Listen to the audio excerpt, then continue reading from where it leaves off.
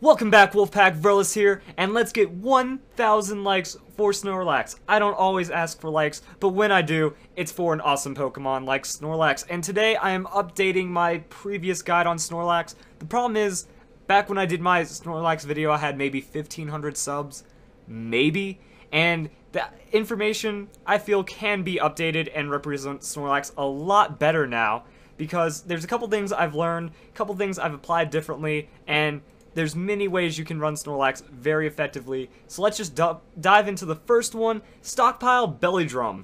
Stockpile Belly Drum is my Snorlax, my classic traditional Snorlax, and I love it because it's just so much damage so fast. Now, how I've been figuring out how to run Snorlax is back in my first videos, I said go with the defensive nature and really try to balance out the defense and special defense. I just figured out if you cut your losses and go with a sassy or careful nature, I believe.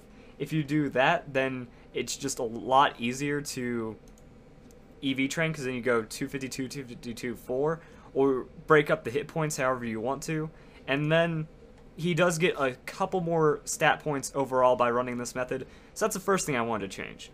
And then with the Stockpile Belly Drum set, pretty much you're going to be capped at 3 stockpiles, so your defense boosts hit +3, and then you can't really do too much with that, but you are able to get a huge burst in damage with Belly Drum.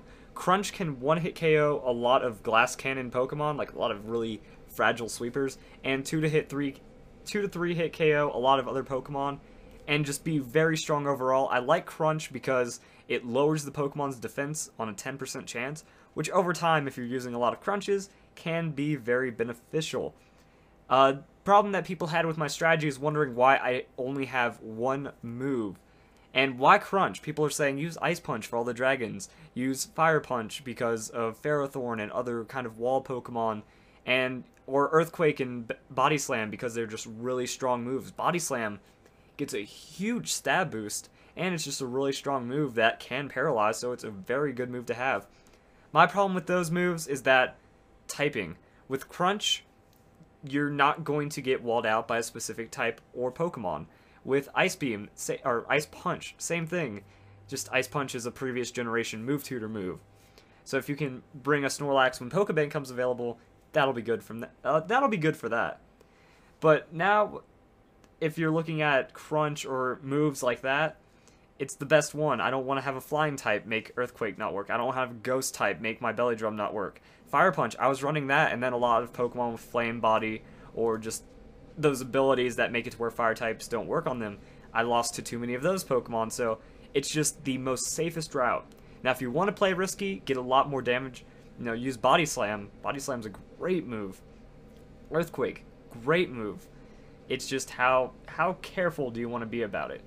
So, another thing people were asking me about is why the ability immunity? If you're using Rest anyway, the Toxics, those moves shouldn't affect you too much. And my biggest counter to that is you want your opponent to waste a turn. If they use Toxic, you have immunity, that's a free stockpile. That's a free Belly Drum. That's free damage. That's one of the best things that could happen to you. Also, if they get you poisoned through like a secondary move effect like Gunk Shot or something that poisons like that, then you don't want to have to worry about the percent health, because most of the time an 1/8 of your health, a 1/16 of your health, like 3/16 of your health, whatever those toxic / poison / burn increments are, that's generally the most damage that's going to happen to you. So I would rather just stay safe, only have to worry about burn, and not get forced into an early rest, because that is one of the biggest problems that you can have. So that's why I run the Snorlax the way I do. But another way I've been looking into running Snorlax that is very strong is Curse Amnesia. With Curse Amnesia, you're getting a more steady power creep, and you get more defensive overall. Curse Amnesia, you can use them more than 3 times, which means you get more defenses overall. If it's a special attack Pokemon, you don't really need the defense boost, you just need the special defense, and Amnesia gives you twice as much. So, in 2 turns, you have +1 defense on top of using Stockpile twice, and actually +2 defense on using Stockpile twice in the same amount of turns, and no cap, which means you're doing more damage to your opponent's special attacking your opponent's special attacking Pokemon is doing less, and you're setting up faster. can be really good. Same with Curse. Like, if you use Curse 2 or 3 times, you're going to be doing a lot of damage. It's just going to take a bit longer to set up, and you're not risking yourself for Belly Drum. Belly Drum drops you to half health. If they get a crit on you at that perfect turn, your Snorlax is done. If they are still a very strong Pokemon, and they're doing over a quarter of your health, you have a potential of losing out your Snorlax just because you Belly Drummed at the wrong time. The reason why I don't run this set is because with the stockpile set, one, that's pretty much my set. That's the way I've created it, so I feel like I should run my personal Snorlax a lot more. And with Belly Drum, it has saved me quite a few times because of just the burst damage. You use Belly Drum, that's 3 stockpiles and a Belly Drum, that's 4 turn setups, which means your max Curse is only going to be a +4 attack, which means you're going to have more attack in the end, and no special defense. So it's different. And also, if you need to really turn around on a Pokemon that's trying to set up, like if there's a Scizor or a Garchomp that's using Swords Dance, and you have Belly Drum as an option, you'll be able to out-damage them faster in most of the circumstances, depending on how much damage they're doing. So that's just the reason why I like it. Curse Amnesia is a lot more defensive. It can be a lot more reliable, but your opponent can work around that if their team is set up against something that does that, or if they just naturally can do that. Also, with Curse Amnesia, I'd change up the EVs just a bit. Instead of putting extra into special defense, I would take a little out of hit points and put it into attack, because your defenses are going to get higher than stockpile anyways, or they at least have the potential to, and since you're not going to be getting as much burst damage from your attack, you can put a lot more attack investment in there and still be very safe overall, as well as maybe creep out some extra damage in the end. That's just my thought on that. And now we have the last Snorlax. This Snorlax I've never talked about before because I most recently just thought of it, and it's Stockpile Power-Up Punch. Power-Up Punch is a very good move to have on tanky Pokemon because it lets you get a small amount of damage, which is useful overall, especially if you're a tanky Pokemon, and it gives you +1 to your attack. So instead of having Belly Drum give you all of your attack at once, or Curse give you defense and attack, you've set up your stockpiles, and now you're just working your way up. Once you're at that 4th or so Power Punch is going to be doing a ton of damage. And the best thing about Power Punch is it lets you have one of those moves you couldn't have before.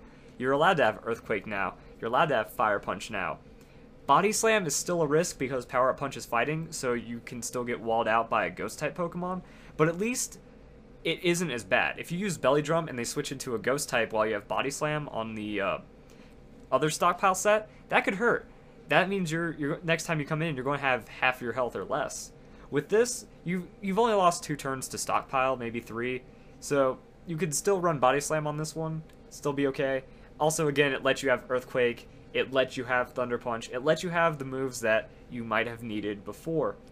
And again, with this set, you can drop a little bit of your hit point investment, get some more attack in there, and just steadily gain damage overall, and have more damage in the end, and just a little more setup. So I hope you guys enjoyed the video. These are the ways I've been looking into Snorlax, the ways you can run them for yourself. Also, a quick note at the end, if you want the Curse Amnesia set, it is the easiest to make because you don't have to breed for Munchlax. One problem a lot of people in my videos had was with the Snorlax, how do you get perfect IVs, a nature, and a Munchlax? Because with Munchlax, you have to dedicate an item slot for the incense. Pretty much, if you want to do that, the nature is random. You just have to luck into a nature with all IVs. But again, it's worth it for such a strong Snorlax. But with the Curse Amnesia set, you don't have to do that. You just need the Egg move Curse, and that is obtainable either on a Snorlax with Curse or through some other Pokemon that can get it. But in the end, you can keep your nature and keep your IVs really well. So I hope you guys enjoy this video. Hope it clarifies things about Snorlax. And for the people that haven't seen my videos, or my older videos of the Snorlax, I hope you guys now can use Snorlax for yourself. So, that's my video.